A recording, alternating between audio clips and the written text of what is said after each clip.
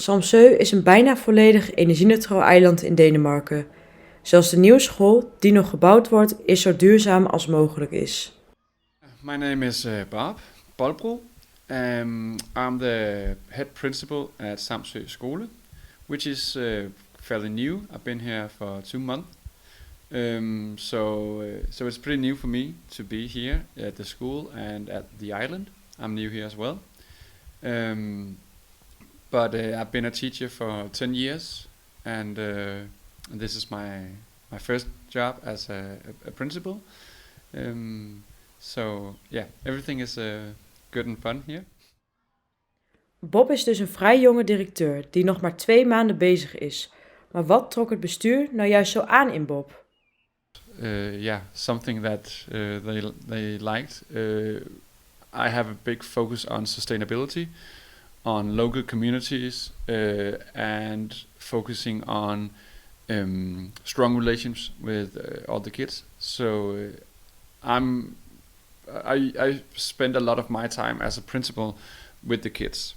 In the mornings, in the teaching, in the classrooms, at gatherings. I try to spend a lot of time with the kids as well, to get the feeling of what is their take on our school. Dat hij zich volledig inzet voor de school is wel duidelijk. En het allerbelangrijkste, hij vindt het echt leuk. It's been fun. It's been really fun. And I mean that. I've had a lot of fun, and I'm very happy to go to work every day. It's a lot of work. It's a lot of hours. It's a lot of evenings and nights, because obviously I have to learn to be a principal, but I also have to be a principal. So there's a lot of learning and doing on the same. En dat de school wel aan vernieuwing toe was, weet ook de, jawel, Nederlandse burgemeester van Samsø, genaamd Marcel Meijer. Ja, mijn naam is Marcel Meijer en ik ben burgemeester van het Deense eiland en de Deense gemeente Samsø. We nemen een klein kijkje in zijn kantoor. Een deel van de schoolgebouwen is gebouwd in 1880. Dus. Ja. En sommige daarvan in de 20e jaren. En we hebben daarnaar gekeken. En als je dat weer moet gaan renoveren, dan is dat zo duur. Het is veel beter om het gewoon te verkopen en dan iets nieuws te gaan bouwen. Maar wij zijn eigenlijk wel benieuwd, hoe klimaatbewust is de burgemeester nou eigenlijk zelf? Ik ben niet fanatiek. Ik heb bijvoorbeeld nog geen elektrische auto. We gaan terug naar Bob, die ons meeneemt om een kijkje te nemen in de nieuwe school. This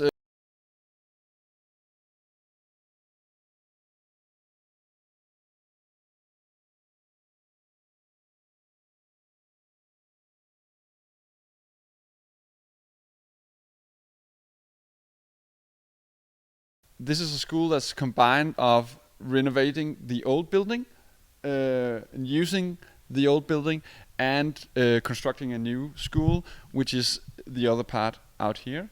So we use new buildings and old buildings that is being renovated, and you can meet.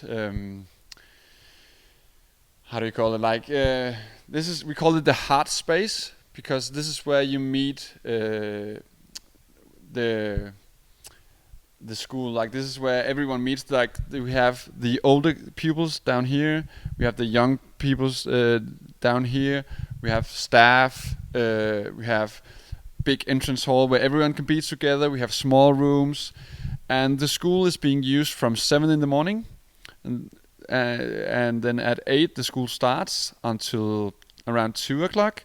And then from the 2 o'clock, we use it as youth club, tween club, all different kinds of spare time activities. So the school is not a big school, but we try to use every square meter very smart. En ook op het gebied van duurzaamheid is de school straks van alles voorzien.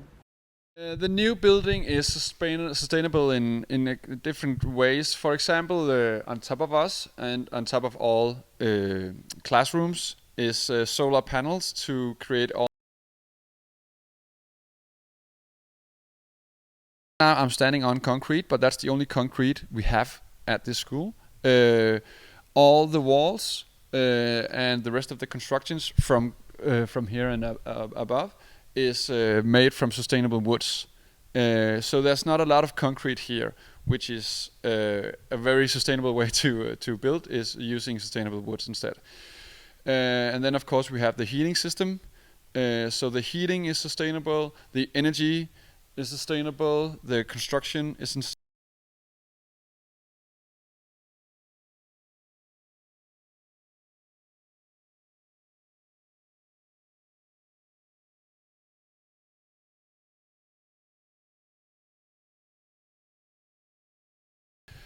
All the leftovers from this construction, all the leftover woods and stuff like that, is being taken into the classrooms. And for example, handcraft and design are reusing all the leftover materials from this construction, so it doesn't just go to waste. So we try in every way to think of environment and climate when we build this school.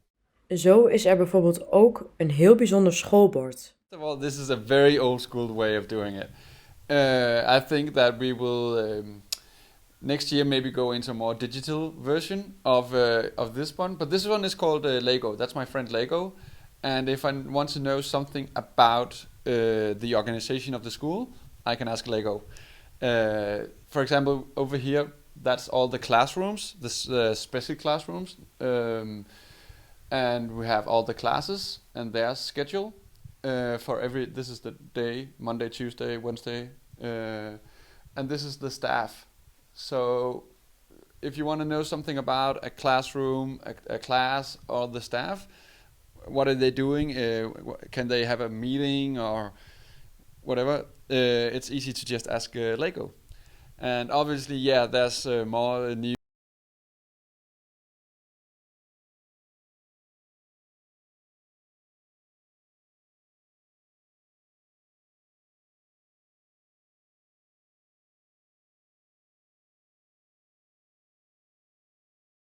Special part is probably this one over here, because most of the classes, many of the classes are in the normal classroom. They have, most of the time they have Danish, math or something in the normal classroom. Every Friday is special, because most Fridays they go out to the local community or around the school and the nature and have an entire day of teaching in one subject. So the Fridays are pretty special for us, trying to do the teaching in a different way. But we also have the special classrooms where you start off in first grade, where you have art and music every week. And in third, you also have sport or gymnastics from first class as well. Actually, you start in kindergarten with that. In third grade, you have and later on in fourth grade, you get food and knowledge.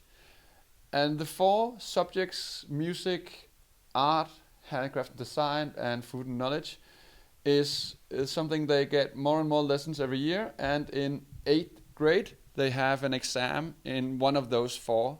They choose which one.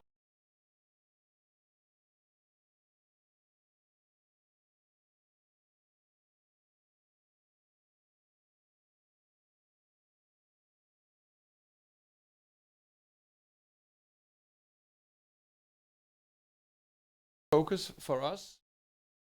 Bob probeert om altijd heel betrokken te zijn met de kinderen, zodat het makkelijker wordt om de kinderen enthousiast te krijgen over de nieuwe school. It's definitely a part of the ownership that we are working with, that the kids need to feel that this is their school, Samsø school is their school, For example, I've been in one of our classes, and every day at lunch, I eat lunch with the class and sit and talk to them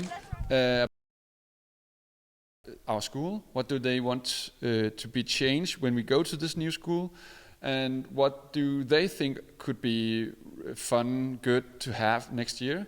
Ook politicus, projectleider en energieadviseur Michael Christensen van de Energy Academy zet zich volledig in voor deze theorie. Actually get a quite high level of knowledge on the building and why are these materials used, and also the reusable materials. Why is it important for the environment to look at this, and also the consumption of the building?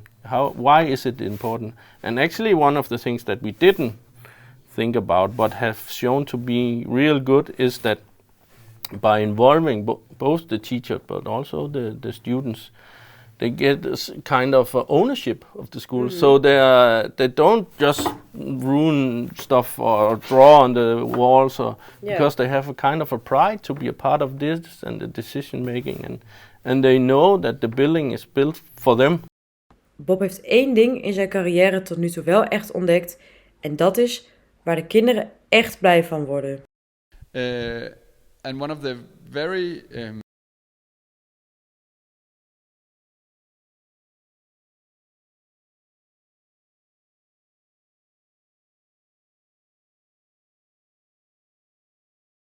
schoolyard.